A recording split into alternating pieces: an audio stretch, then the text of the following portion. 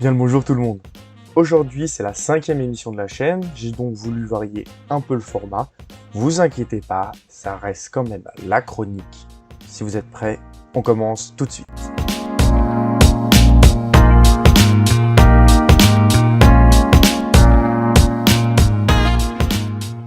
Cette semaine, exceptionnellement, nous allons parler seulement d'un seul sujet. Et je te vois venir, Didier, ce n'est pas de la flemme ou un quelconque manque de talent de ma part. Non, évidemment que non. Je suis parfait, on le sait tous. Donc cette fois-ci, je préfère vous raconter une seule histoire, mais qui est un peu plus longue que les autres. Et en plus, on gagne un petit point chauvin, car nous partons au Pas-de-Calais, et pas aux USA pour une fois. Où un homme de 28 ans a été arrêté puis emmené au tribunal. Devant les juges, il a appris la raison de sa visite. Il était inculpé d'avoir fait entrer sur le territoire français de faux billets. Le soi-disant faussaire nia les actes, car il ne comprenait pas pourquoi et comment il aurait pu faire ça. C'est bien l'adage des criminels tout ça, hein. Lors du déroulé des faits, en compagnie des douaniers qui avaient contrôlé puis ouvert le carton rempli de billets de 20 et de 50 euros, qui étaient notés au nom de notre bonhomme, le suspect ne voyait pas de quoi il parlait. Bah bien sûr, comme par hasard, il y a ton nom écrit dessus, mais tu sais pas de quoi ça parle.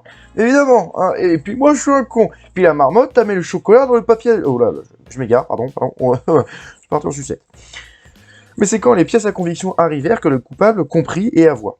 Pour autant, il ne fut pas arrêté, on le laissa partir avec les billets en prime.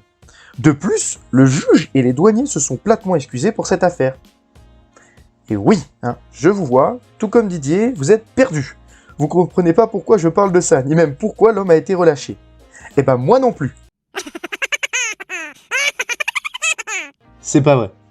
Ne partez pas, attendez que je remonte avant toute cette histoire et que je vous explique le pourquoi du comment. L'homme avait passé une commande sur internet, sur le site Wish. Ou sur Wish. Rien que quand ça commence comme ça, tu sais que l'histoire va être marrante. Quand ça commence sur Wish, c'est marrant. Mais bon, passons. Il avait bel et bien commandé sur le site chinois des billets de banque. Sauf que ces billets, il les avait commandés après avoir racheté rue de la Paix, grâce à la carte chance. Mais si vous voyez après Gare de Lyon, hein, oui, vous avez bien compris, sur le site, le faussaire a acheté des billets, faux du coup, pour pouvoir compléter son jeu de Monopoly, où il manquait de l'argent à la banque. Et c'est là, exactement à ce moment-là, qu'on entame un grand moment de solitude. Personnellement, j'aurais voulu être petite souris pour pouvoir observer la scène au tribunal. Quand les douaniers, très fiers d'avoir coincé un faussaire, et qui s'attendaient peut-être sans doute à une médaille nationale après leur exploit, ont découvert la vérité, et se sont rendus compte de leurs propres bêtises. Je pense que c'est ce genre de douanier qui serait capable de t'arrêter avec un paquet de carambars pour trafic de shit. Hein, c'est sûr. Et un paquet évidemment de M&M's pour de trafic de MDMA, ça semble logique. Mais c'est vrai que ce genre de moment, ça doit marquer l'histoire.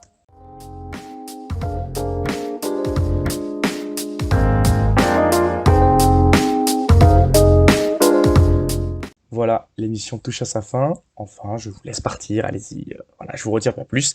J'espère que vous êtes bien amusés et j'espère que aussi ce nouveau format vous plaît. Il ne sera pas là toutes les semaines, mais de temps en temps, je le ferai pour m'amuser. Alors, j'espère qu'il continuera à vous plaire, à vous, autant qu'à moi. Enfin bref, c'est fini. À la semaine prochaine.